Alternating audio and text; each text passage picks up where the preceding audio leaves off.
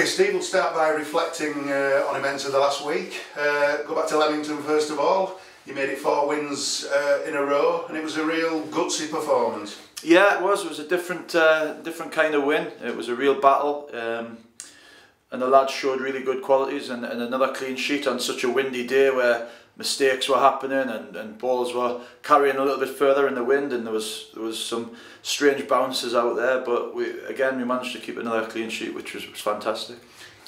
Did you feel that was a sort of game that City might not have been able to win a few months ago? I don't know. You know, as I've said to you lots of times, I don't tend to dwell on what happened before I got here. I can only talk about when I was here. But as I say, that the first 2 games were a real sort of shot in the arm for me regarding the mentality and what what was happening when we were making mistakes, and I think that side of things improved dramatically. We've won 4 on the spin, but as pleasing as that, we've only conceded 1 goal in those 4 games. So that's how you become successful. Both ends have got to be really sound, and as I say, we're starting to look like a solid team to play against again. We then moved on to the North Riding Senior Cup against Scarborough, a game where you made 6 changes. We lost on penalties, but do you regard that as any sort of a setback, or was it possibly a distraction from the league? It's not. A setback to go out with a semi-final of a cup. Obviously, to miss 3 out of 3 penalties is disappointing. To not have worked their goalkeeper more is disappointing.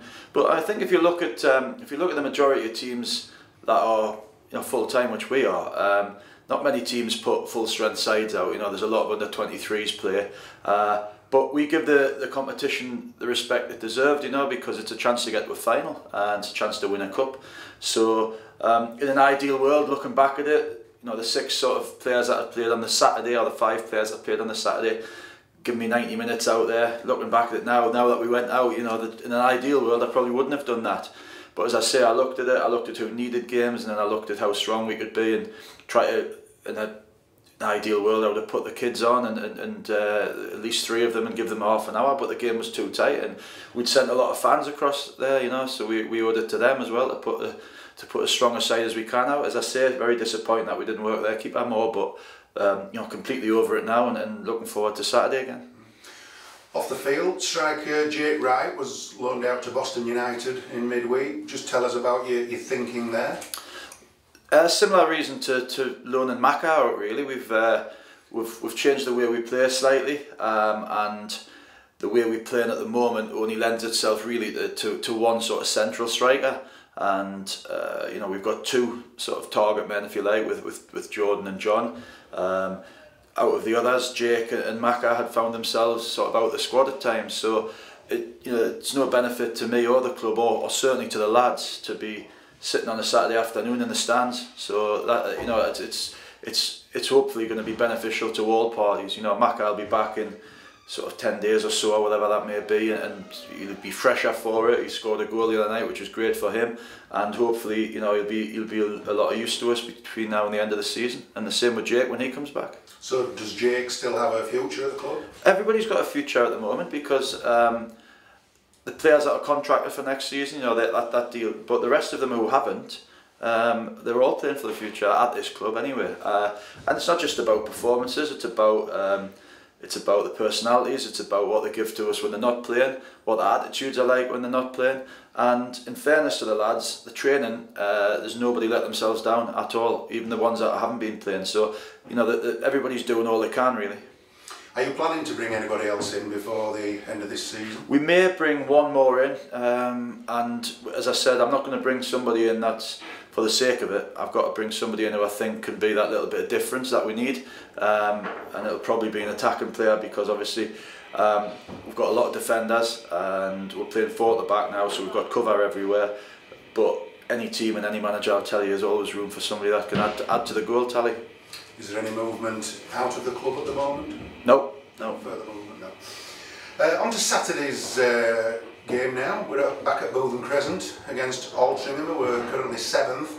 You see this is a really strong test of the progress we've made in recent weeks?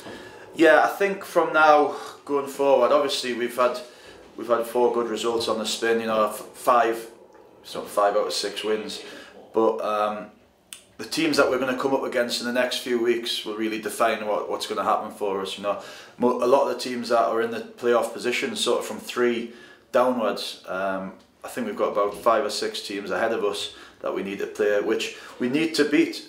We need to beat to start hurdling people now. You know, teams have played their games in hand. All of a sudden, that gap between us and 7th place is a little bit larger than it was. So the reality of us being successful, or even having thoughts about making that, is we're probably looking to have to win, you know, 6, maybe 7 out of 9 games, which is a really tough ask, but massively doable. You know, I mean, you only have to look at what happened last night in Paris to say that football, you know, you can upset the odds, and that's got to be our thought process. We have to be bold, we have to be brave, and we have to take teams on, because wins are what we need at the moment. Even draws, you know, we need to be looking at wins.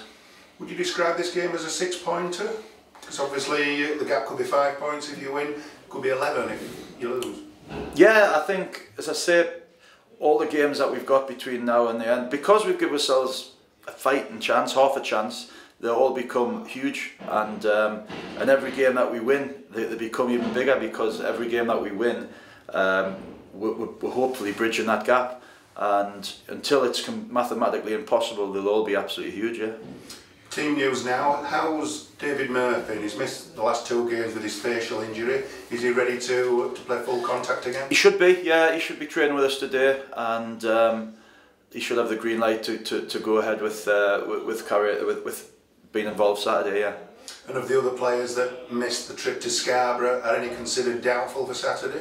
No, there weren't really. There wasn't really injury that forced them to miss Scarborough. It was the fact that we had people like Nathan, Joe, Tom Bradbury, Alex Harris, Parky would have played if it hadn't been 3G, all, you know, needing games. So the reason they didn't travel was purely down to the fact that the other lads were first team players who needed games, and the others who did play was just because the positions weren't sort of covered. We had a couple of knocks the other night again, which wasn't ideal, and there'll probably be a couple of lads missed training today because of it, but fully expected to have everybody fit by Friday.